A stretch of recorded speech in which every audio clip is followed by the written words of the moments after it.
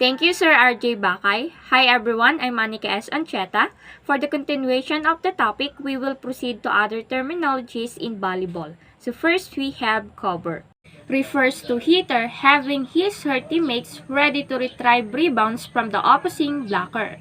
So meaning, ito ay tumutukoy sa mga nakasuporta or nakabantay sa hitter para kung na-block ng kalaban ang spike ng kasamahan, kaya mong i-receive upang hindi maka-score ang kalaban.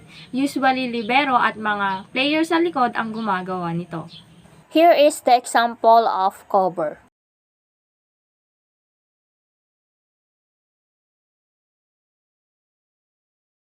Next, we have cross-court attack, an attack directed diagonally from the point of attack, also called an angle hit. It is a kind of attack na kapag ang hitter ay nasa right side of the court, dapat pag hinampas niya yung bola, mag-land ito sa opposite side ng kalaban, which is left sideline ng court. At kailangan ang bola ay hindi mag-land sa attacker area ng kalaban. So, here is the proper execution of cross-court attack.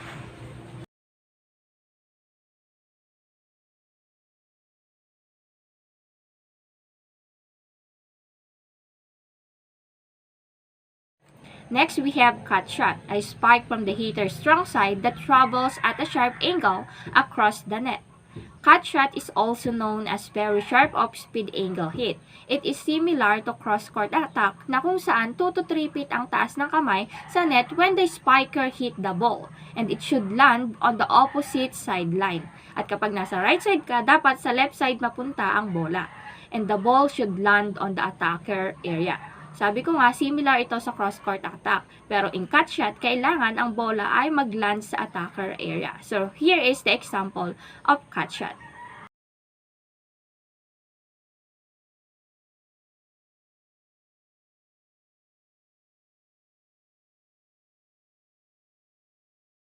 Next, we have dip.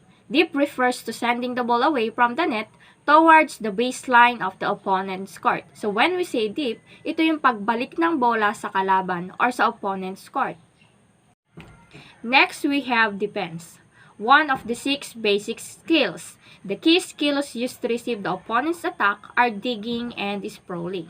Pag sinabing defense or depensa, ito ay ginagamit to receive the attacker's hit. Isa sa pinakamahalaga sa volleyball. Ang kadalasang ginagamit sa depensa ay digging and sprawling. The dig resemble a forearm pass from a low ready position and is used more for balls that hit near the defender. So, digging is very common na depensa in volleyball. Nag-start siya sa ready position and your knees are slightly bent. Madalas siyang gamitin when the ball is hit near the defender. Ang libero ang isa sa mga digger in volleyball. So, that was the example of dig. Next, the sprawl. The sprawl is a result of attempted dig for a ball hit farther away from the defender. It resembles dive. So, this kind of defense is similar to dive. Ito ay ginagamit pag kailangan mong habulin or dumapa para hindi malaglag yung bola sa floor. This usually used when the ball hit farther away from the defender. Mga player sa likod ang madalas na gumagawa nito. So, here is the example of sprawl.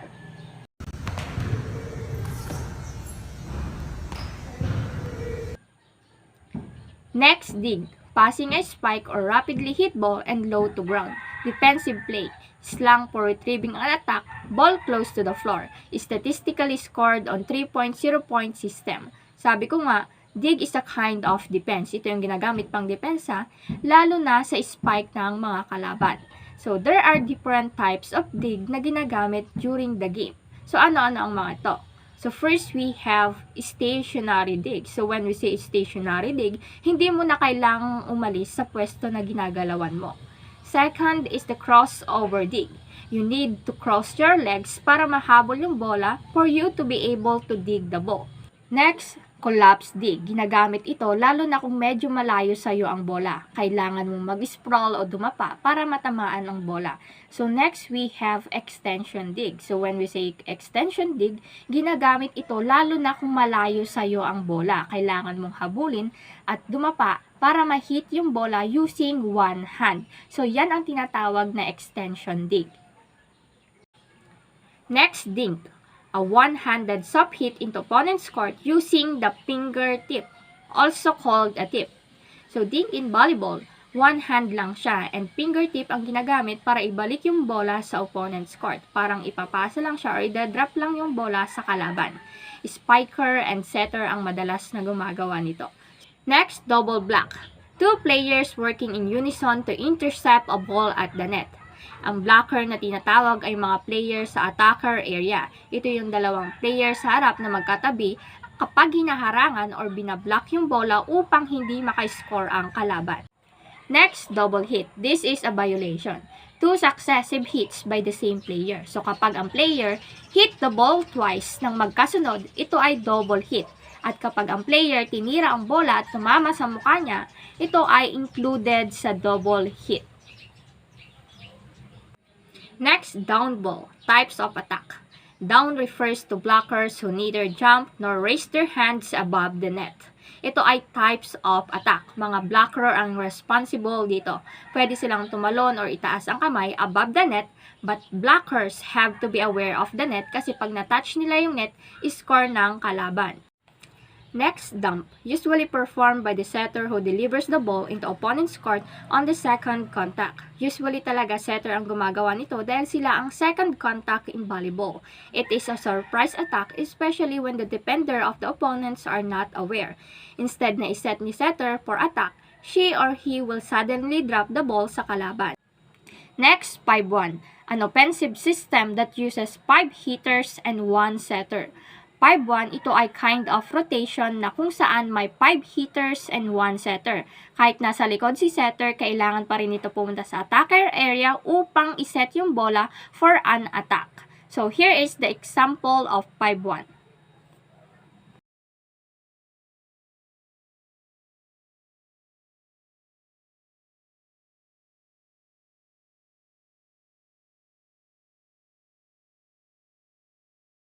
As you can see, sa first rotation, si setter ang nag-service, pero kailangan niya pa rin pumunta sa attacker area upang iset ang bola. Next, floater, a serve with no spin so the ball follows an erratic path. Ang floater isang uri ng service in volleyball. So pag pinalo ng server ang bola, kailangan walang ikot at mag-land ito sa opponent's court. This kind of service is difficult to receive dahil sa lakas at hindi alam kung saan pupunta ito. So here is the example of floater. Next, follow, to move with and block an attacker. Athletes may change position with another blocker in the process. So, tumutukoy ito sa mga player na nasa attacker area, especially the middle blocker.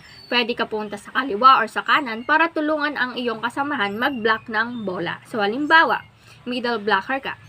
Pwede mong samahan si outside hitter or si opposite hitter mag-block ng bola. Susundan nyo yung attacker ng kalaban para hindi ito maka-score. So, that was follow. So, for the continuation of the topic, here is Ma'am Brenda.